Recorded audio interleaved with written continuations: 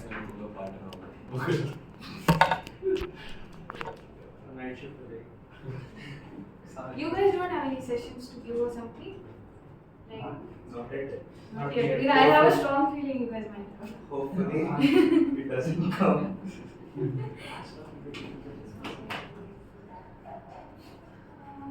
I think we'll start a session because initially I'm just discussing a couple of things. Nisha is on call with someone, so we'll start, okay? So this is the second session for strategic planning. So usually I think last time I discussed with you guys that I will take one case study because too much of information, it becomes boring at the end of the day. Okay, so let's just overview what are the things which are doing. That is a quick overview on basics. I think you were not there, so I'll just quickly go through it. Then process of strategic planning, what are the components that are involved? A case study of Southwest Airline. I thought why take e-commerce always? Let's try some other industry, that would make the whole session interesting. And how we can apply strategic planning at Bank. These are the topics for today. So I think last time you remember this is a pyramid which we follow. Let's do a very quick review. That is how the entire strategic planning works. That is initially the base is the tactics where generally the tasks are taken at a day-to-day basis. Then to do those tasks, the approaches and the methods, SOPs are set. Then how to achieve the objectives that you have you have taken up based on the vision and mission is strategized at this stage and so on. So it depends at what designation you are there. Based on that, you will follow this triangle. If you are at the lowest level, then you are generally the one who are executing the things. Top management generally discusses the vision and the mission of the company. Now, what are the components of strategic planning? That is, I think last time I've discussed all of these.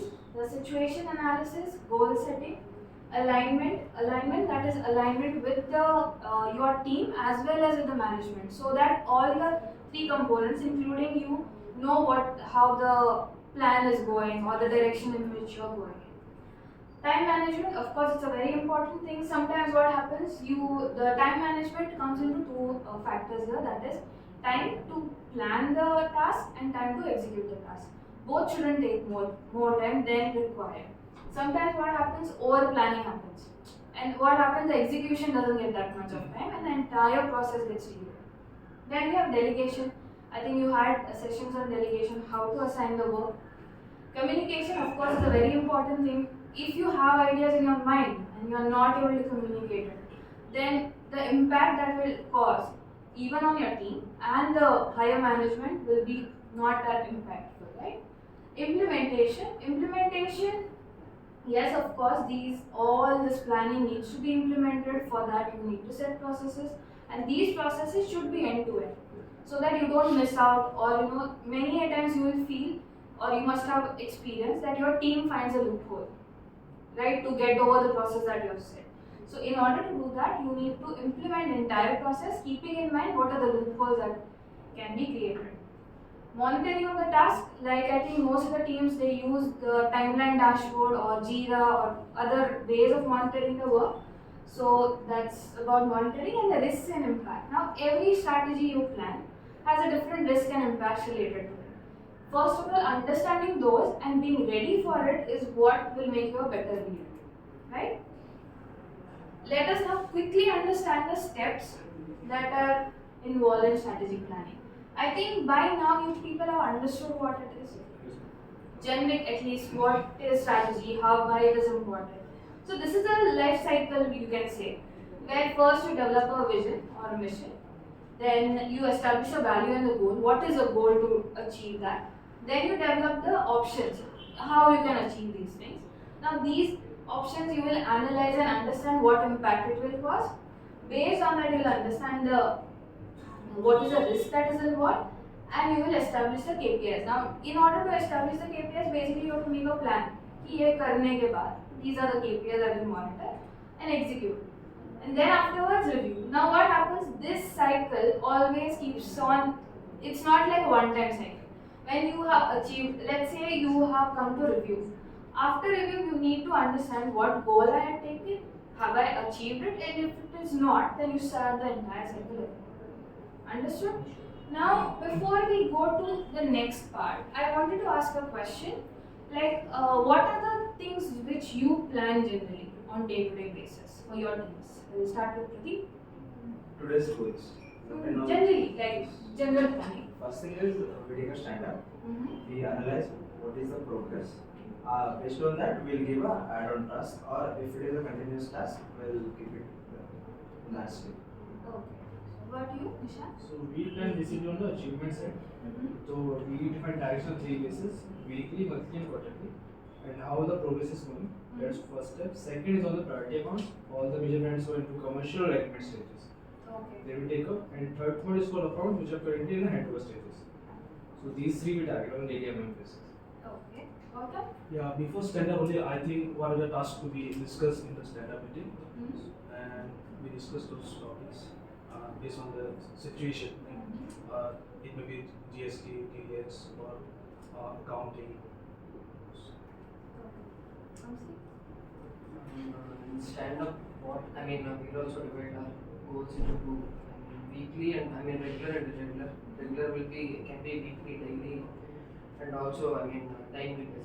Mm-hmm. So we'll first review the progress of yesterday, the day before, and if it is completed, it's okay. If it is not, what was the issue why it's not completed, and we'll prioritize. Based on the importance of the task, and we'll plan for the day. Okay.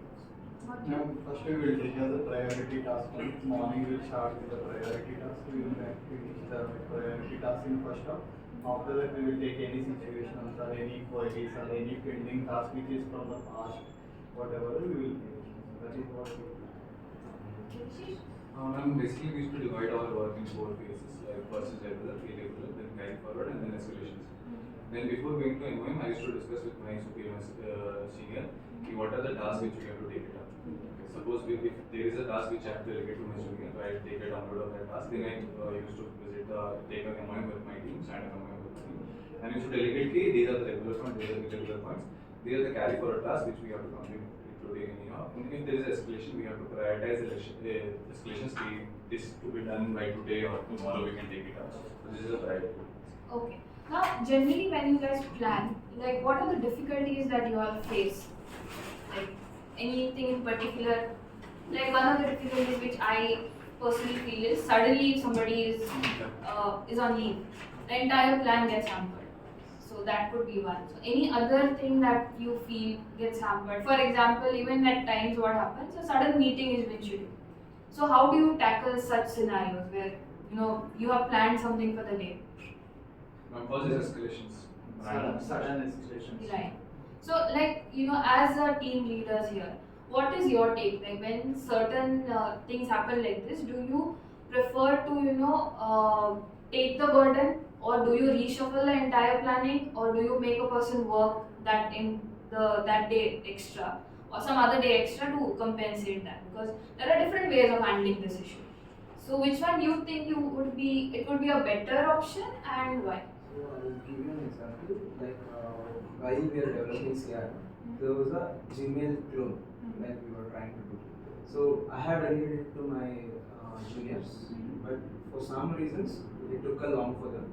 They couldn't able to do it, and then I did R&D and all. Then I came up with the solution, and I took it on myself Right. when nobody else could do. Okay. What about you? So we follow that. So for every task to be responsible, one senior and junior. Plus also there's a whole delegation matrix that we follow for lining the task.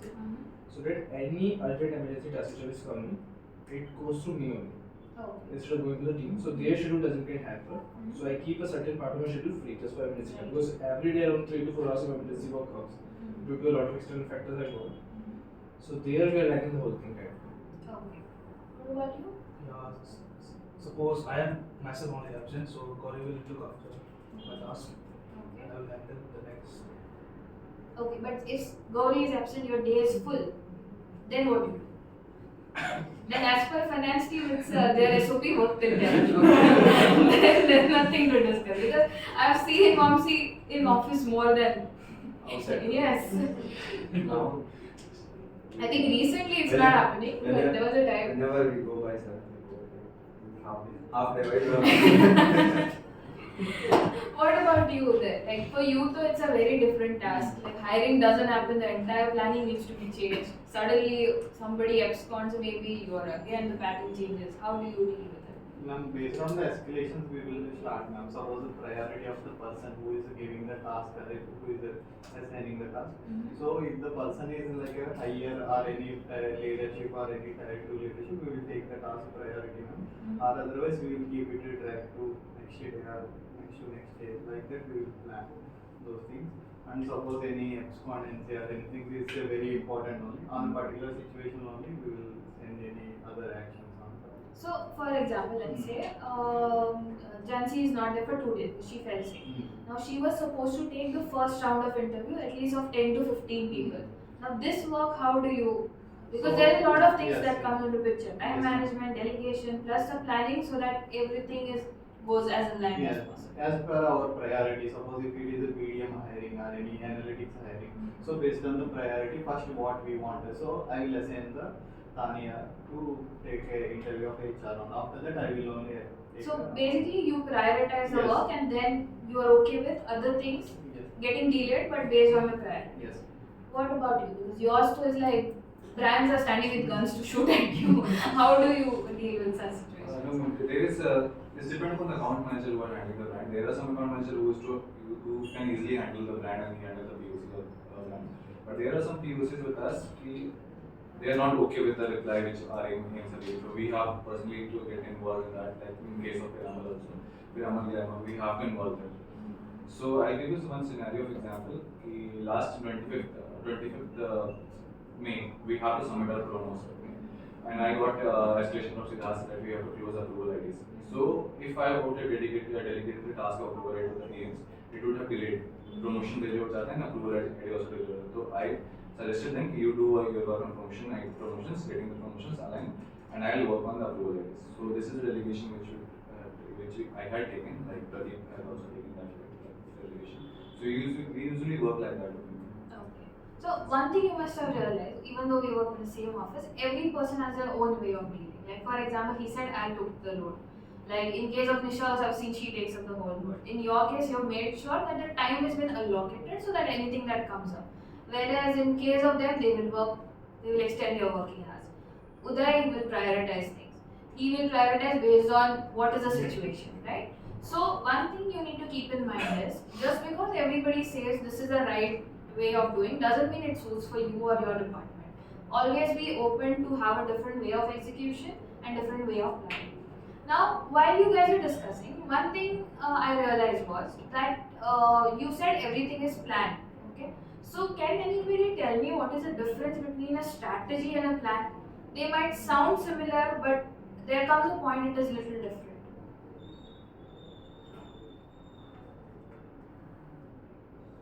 Because we are discussing strategic planning, so it's a togetherness of two different words, but I think both the words have a little different meaning, which we need to identify. Plan is for shorter period. Yes. Strategy is like a longer structuring the whole thing. True. So one thing remember, when we say we have a strategy, we cannot tell that this is going to be the outcome for 100%. For example, when we say this is a strategy I have, things which we involve there is logic, a theory, that this theory will work and this is what will happen. But you cannot assure that 100% this is what we will achieve. So strategy is basically about the basically outcome that we are anticipating. Okay, whereas plan is something that you are very sure this is a task I have to execute. After execution of this task, this is the result I will get. So strategic planning is a combination of these both things. Okay. Now many times you will realize that now that we take a lot of time in planning, right? Planning a certain thing. Now first of all, have we understood the difference between planning and strategy? Now as I was saying, we take a lot of time in planning. So why do we fall into this trap of planning? Like there are times, at least it happens with me, it happens with Nisha also, that we end up planning a lot. Keep planning, but execution doesn't happen. So any reason which you feel, we keep doing it?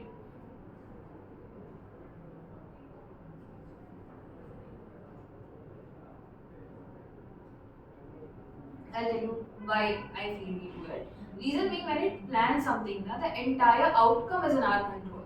So we just want to improve that outcome. When it comes to strategy, the outcome is not in our control. It's something that we want to achieve in a long-term goal. So that is the reason the strategic planning plays a little different role than a normal day-to-day planning. Okay, let's try and take some examples.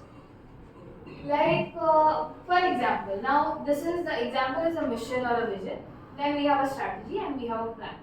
The first one is make Buy More one destination for e-commerce services. That was the vision of the company.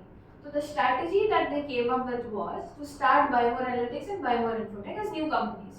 But the plan was to set two different companies, train and create skillful employees, and then plan products. That is a plan. So now did you understood what is a strategy and what is a plan?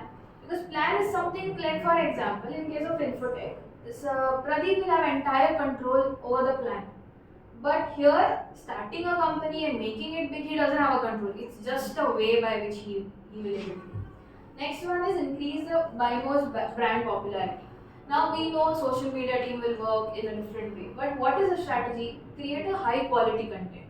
Okay, and then be in the news probably. To do that, maybe they have to try different methods, different content, or maybe train the teams to be different, or do a lot of market research. That's a plan. Third one we have is make Buy More product delivery faster. To do that, the strategy is open warehouses in tier 2 cities. To do this, the plan would be choose the right location, then estimate the expenses, get the best budget for the warehouse furniture and other setups that happen. So this plan, you will realize that when it comes to strategy and a plan, it takes lot of time to come up with a strategy, but lesser time to come up with a plan. The reason being, strategy ka outcome is not that well defined. It's just a theory, it's a plan which will work. Now remember, strategy is something that will put you in a better position in future. That is what basically the strategy is. Last one, widen the category range for onboarding. So the one of the strategy could be create a sub teams of 2 to 3 people, assign them a very main single category. To do that, you might have to do mass hiring because one by one hiring might not work there. Then create a training schedules for them, plan salary budget, etc. So are we clear with the difference between strategy and planning? Okay. Now thing is that considering you guys as a second tier leadership, I want you all to strategize more than planning. Planning of course is a part of your work, but you need to come up with these middle parts. Because the visions will be given by the management. This is your role. This is where I see you, where you want to strategize a lot of things. Once the strategy is clear, maybe execution part becomes much more simple. Okay? So moving on, now since you people are clear of the planning and strategy, currently anybody has any kind of a strategy that you guys are working on with respect to your own department? One is a criteria solution because following the same strategy actually. Okay. Because for Infotech, I feel strategy is, they want to become one of the most, the vision is they want to become a popular, IT services company. The strategy there is started D2C also. So in that case, I felt the plan was to hire more people, make them skillful. Even I think they hired a designer to do that. So that was a plan. Okay. So are we clear here? Now, before I think let's move on to the case study. Now, the reason why I chose another industry because I feel being in e-com, that doesn't mean we should just focus on e-commerce. Learning about other industries help us and understanding how they function, and what are the challenges they face and how they deal with it. Because end of the day, whatever it is, the world is about profit and loss. Okay, that is what is the end game for us. Okay. So the case study is about airline industry. Okay, one of the airlines, that is Southwest.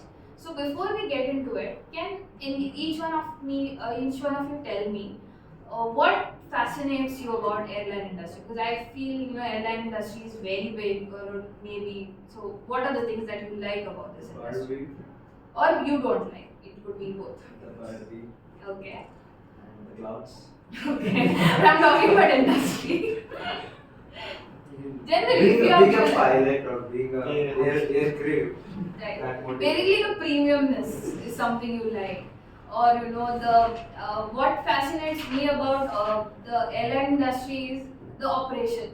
I just feel so many things are happening at the same time across the world. Everybody knows which plane is going where. It's a very complex setup. Just like railways, you know, even airlines has that. Plus the it's starting from the crew members to the people who are, you know, indicating that, you know, park this side, park that, whatever they do, I don't know what it is. To people who you know, pick up the pilots. So many things happening together. It's a vast industry, right? So one thing you generally will come across is the bigger the industry or the bigger the entire setup, the profit making also becomes little difficult because the expenses are very high, right? So this is the reason I thought let us understand a case study about airlines and how it became profitable. Okay, airlines with one thing which I question them. It is like the charges which they keep usually for economy. It is not at all sustainable for running their entire company. So what do is that they charge the business class or the first class that much. Matlab, actual their flight expense na, it is covered with what they earn from first class and business class. So it is like economy is just a free thing for them. So who came up with that strategy and how did I just a charity for like a normal people? Even I was reading an article where they said Indian Railways passenger trains are run as charity only. The main profit comes from cargo. Cargo, correct? Cargo is the thing. True. So let's get into this one. Yes. Alright, so this is a case study about success for Southwest Airlines. So Southwest Airlines is one of the profitable airlines. It's considered one of the profitable airlines. So for last 50 years, it has been profitable until pandemic. Pandemic, I think everybody lost the whole profit margins there. So next thing that the airline that got affected was, I think you remember 9/11 attack that happened. Okay, due to that, the lot of things that came into picture. That is, first thing is they grounded entire industry itself. No planes will fly until we have a better SOPs for the security purposes and why it happened, right? So during that time also, many airlines they lost their entire the setup, the operations came to halt except Southwest. So we'll try to understand how they were able to do that. Then during this time period, people lost jobs. Almost 50,000 people lost their jobs. Airlines they filed for bankruptcy. Then because everything was grounded, the entire industry came to an halt in one of the biggest continents, right? So let's get back to the history of Southwest. Like how did it start? So when they started this airline, their vision was that they want to be a substitute for a Greyhound. Greyhound is a transportation service for buses. They wanted to be a substitute at a marginally lesser cost. So basically, you have bus service, like for example, let's say Bangalore to Mumbai bus service is there. They wanted to start an airline service at the same route, but at a lesser cost, which people can afford. Because during that time, people could not afford the higher prices, right? So now one of the things during when they were trying to set up this entire airline, what was happening was the major carriers were not trying to win against each other. They were basically trying to be in the game. Like, you know, we are also there, we have our planes, we have the gates, everything is happening. But nobody was trying to come up with a solution, nobody was trying to come up with something that is different, nobody was trying to be the best. That is when, or maybe you can say nobody was trying to compete or win. That is when the Southwest came into picture. So what they said was that they are here to be better than everybody. That was their whole aim. Okay. So let us try to understand. Let me tell you one thing. I'm going to go off e-commerce completely because let's have a different industry. So to understand how airlines work, there are two types of models that they follow. So one thing is, the first one is point-to-point model. Second one is the hub and spoke model. Okay. So point-to-point model is nothing but, let's say you have almost 5 to 6 points. Total how many are there? 5 points are there. 6 points. From point A to go to all these points. Basically, this is one source and the city, and these are other cities.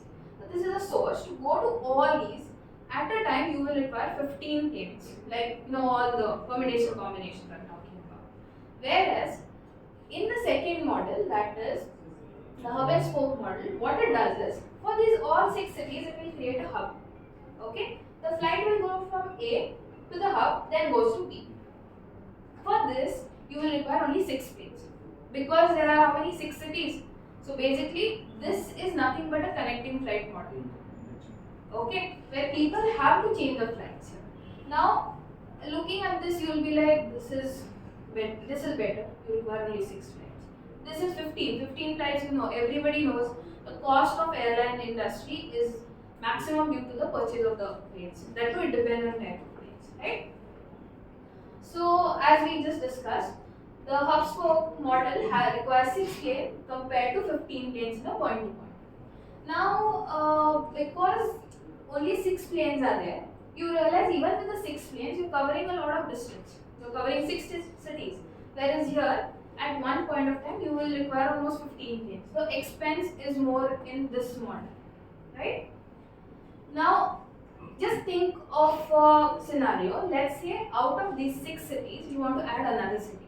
What will happen is another point H will come here, and again you will get 6 more planes, right? But whereas if you expand here, I think you will need 1 extra plane. That's all.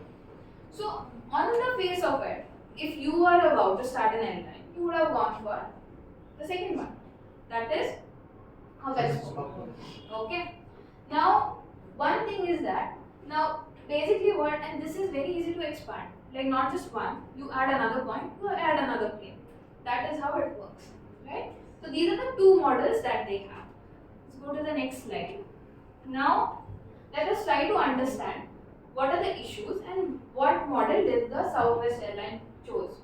So surprisingly, Southwest went for point-to-point model instead of the hub. Because of connectivity. Right.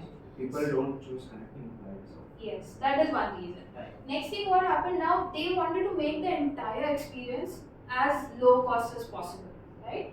So now let us try to understand the disadvantages and how they made it into an advantage to the company.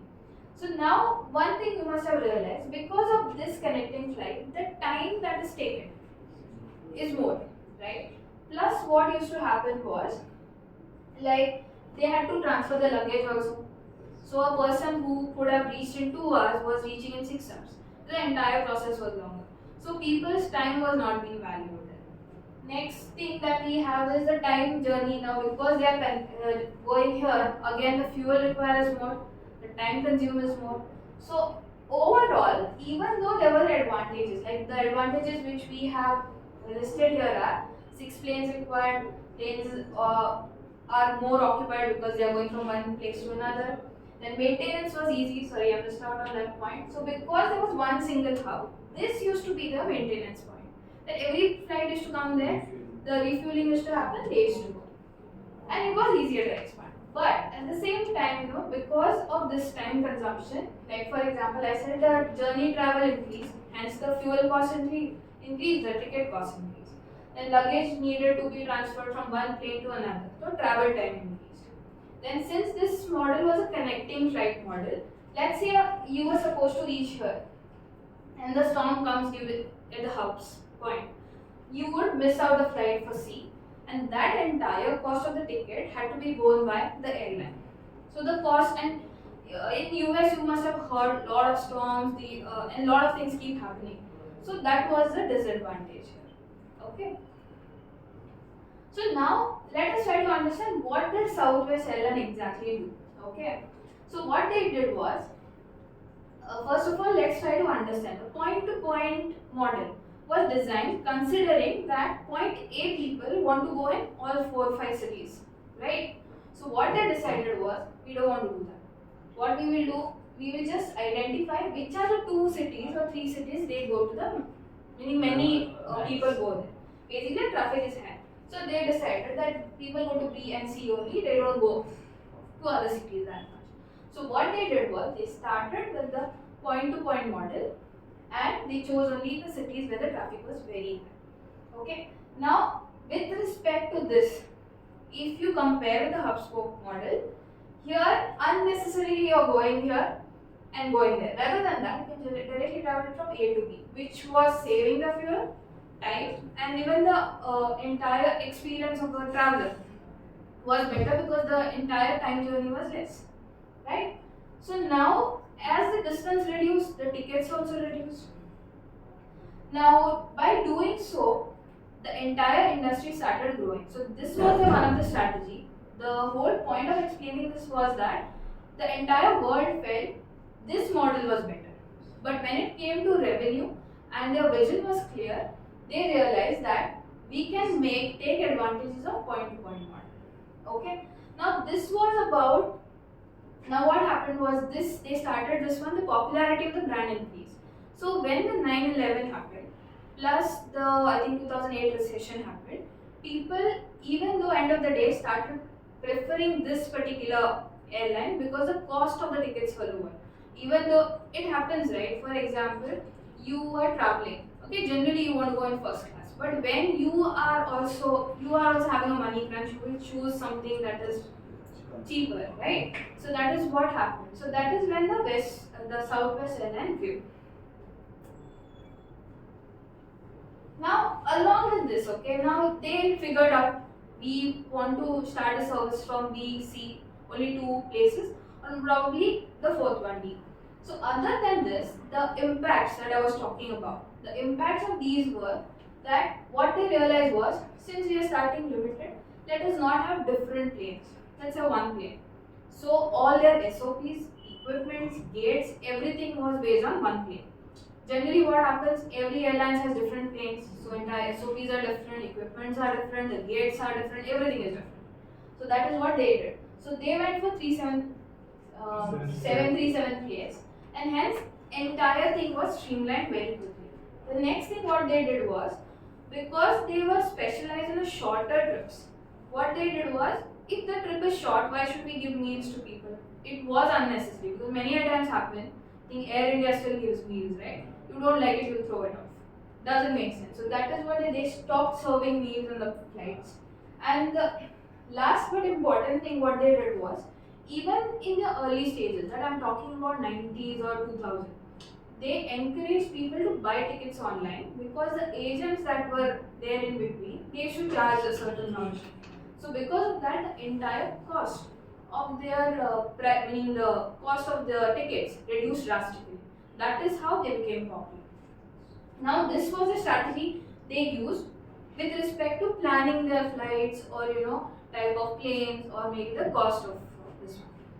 Now the most interesting part about this airline was that what happened was, I think you can see the graph here. I think this is somewhere around 90s. So this is a graph basically of year versus the fuel price.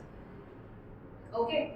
Now, second most expensive thing for any airline industry is the fuel after you are buying the plane. Okay. So what happened was, there was a Gulf War in 1990. Okay. So during that 1 year, suddenly the prices of the oil jumped by 2x. Okay. Now after that, what happened was, the airline ticket became very expensive. Again, the entire airline industry suffered because they had to increase the prices. Because prices was increased, people were not traveling by planes, they were using buses. Now, after the end of the war, the prices came down. But the CFO of the airline, that is Gary Kelly or whoever he is, currently he is a CEO, he was a history student. Okay, and he realized one thing. If this happened now, this might happen again. Okay. So to avoid this kind of a oil spike that they saw there, he came up with something called as a oil hedging strategy. Now this was entirely based on anticipating what is going to happen in future. That is what is important when it comes to strategic planning. You should know what issues we might face. So oil hedging is nothing but a fuel insurance. So what they did was, they made a deal with a financial institute. And what it said is, let's say the oil barrel today is $20. I will pay you $35 as a premium. Okay, forever. But if it becomes 60, I will still pay you 35. So obviously the company that signed up with them felt what kind of a deal is it? Only we will make money here. But since he was a history student, he knew such things happen. Basically, any event that happens in history, they repeat in a pattern, right? Due to various reasons, but there is always a pattern. So what they did was, they went for this deal. We will pay. So from what happened was, from 1994 to 2001, they had hedged 100% of the cost, meaning they were basically paying the same amount. But in 10 years, they saved up almost $3.5 billion by doing this. So the important part of this strategy was, you need to look into future to come up with a better planning. So the whole case study, like I said, was to understand, just don't follow, just because everybody follows it doesn't mean it's right for you or your business.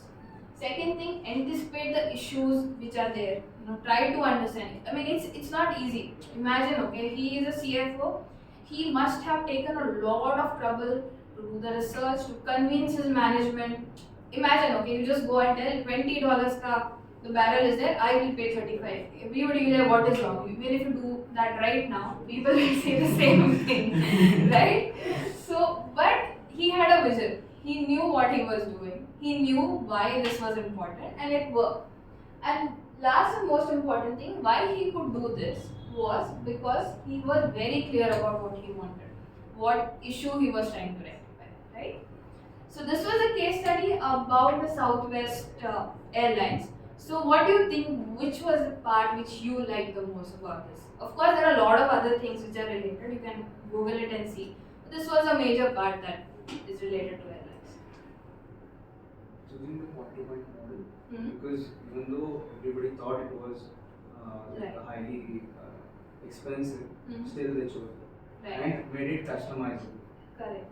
Analyzing that point, which point we have to choose. So that is the very critical point in business, which point we have to choose. Because from bullseye, we are seeing that the point-to-point is cheaper. But it may be a point, but how it can work out for us is Right. So the whole point here is, you need to understand what you want really. Okay. Because many a times it happens, like people say this solution, nobody does it. And maybe you can tweak it a little bit and then apply. For that, you need to know first of all about your business. You need to know about your teams. You need to know how every person can be, utilized well. That is when you can use the same strategy at your advantage. Because it was very clear in this case study, the entire model said this was expensive, but they found that sweet spot and they made use of that, right? Any other thing which you generally feel, about airlines that they strategize very well, or maybe they don't strategize? There's a fuel costing is a major issue right now. Right. For all the airlines, because they don't plan on this. And after this scene, I don't think fuel hedging is happening. Yes. Because that was like, I felt the fuel hedging part was very interesting, because first of all, I was thinking in terms of strategic planning to convince the management, this is what I want to do. First of all, he found the whole thing, he convinced them, they got convinced as well. You know how difficult it is to convince the management, right? So that was a plus, and plus believing that this will happen. Now here, what I was discussing earlier, that strategy is not about the exact outcome that you will get. He knew what he was doing, but he wasn't sure that he will save up $3.5 billion. He knew this would work. That is the difference between strategy and a plan. Okay? Now, yes, I was asking you, what are the things which you generally find interesting about airline industry? Research. Yes. Actually, I like about the hospitality which they used to offer. Because this is the only industry where the hospitality is A class, and the people who are working there, they used to work at a level that they don't lose their patience and all. That is very nice, and they are adaptable. At any time they are adaptable, they are okay to work at 24/7. So, do you think that it depends on the industry, or depends on the people who are sitting at the top who design all Actually, these the training things? depends on the training, because all the Right. training of hospitality is very, very good, and I feel that the training process is good. That training. So, one of the reason why I chose this industry was, this is different from e-commerce, yet there are a lot of things you can learn. Like for example, how they manage time. Time management is very crucial here. Anything goes wrong, somewhere the flight might get lost. Anything can happen. You just can't anticipate it. One signal misses by 10 seconds. Yes, it's like there are two planes coming on the same this one. So time management is very important. So always remember, I always see airline industry as it's a well crafted industry, you know, where everybody works in, it's like machine gears. They operate in such a way that synchronized way, and the outcome is very beautiful. At the same time, like well planned. At the same time, like he said, the hospitality part is very good. Okay. But the way they throw your luggages. That is unseen. That is unseen. This is behind the scenes. I have seen. Even if you carry a laptop in backpack, then it's gone. Okay, here I have seen them actually throwing, luggage ऐसे कर रहा था, throwing in their cart. So that is also part of the Construction process. site. Construction I think that fuel company is not Piramal. They wouldn't have never agreed. Okay. So now you guys, I'm just want to have a very open discussion. How you think we can have a strategies? Like now, since you people have understood what is the meaning of strategy, what are the areas in which you think we should strategize? I'll start from my team. Yes. So I got suggestion from Abhi sir that I should work on because in my team there is a lot of human dependency. So he had asked me if we can reduce the human dependency. So it will be very much easier for my team and for the firm to grow. So I'm working on that only. So I have started from Buybox and PO. So there I'll work with automate two things every day. This is the offtake report and I'll share it to the brand. You can only raise the PO. Okay. So these things I'm working. Nishan? For us, no major issues mean the lead generation. Mhm. Between years, we have also seen the Yes. issues coming. So today, I think first step towards setting was to adding more channels of lead generation, led to more potential leads, like the quality of leads are improved at time. So we connected with all the categories we were trying to get. Plus, we're using our personal networks, connecting with auditing teams, tech teams, etc. to get connects to the senior management from other companies. Right. We're linked with. Plus, also following the referential marketing process in a B2B, where someone refers to another company. So there, what we achieved in the when I joined initially, so the conversion rate was somewhere around 1 or 2% from the net onboarding. Today we have boosted it to 8%. And further planning to move it to 15 by Diwali. So there's a high quality only because targets are high now. Right. And I can't increase the flow. So now based on this vision, now you know what are the impacts or the risks you are taking. So how are you planning the other things? Like you have to expand team at least to an extent. Yes, so for hiring, I'm behind HR every week. It's not supporting. Prioritize the work. Yes. Okay. For us, it is finding someone who is in need of our project. Like we are planning to launch HRMS. I mean, the tier 5 companies, like a startup, would also need a HR payroll and all. Yes. But they will not be able to hire a HR and do it by their own. So providing them the any product, and helping them with that would be a game changer for us. Right.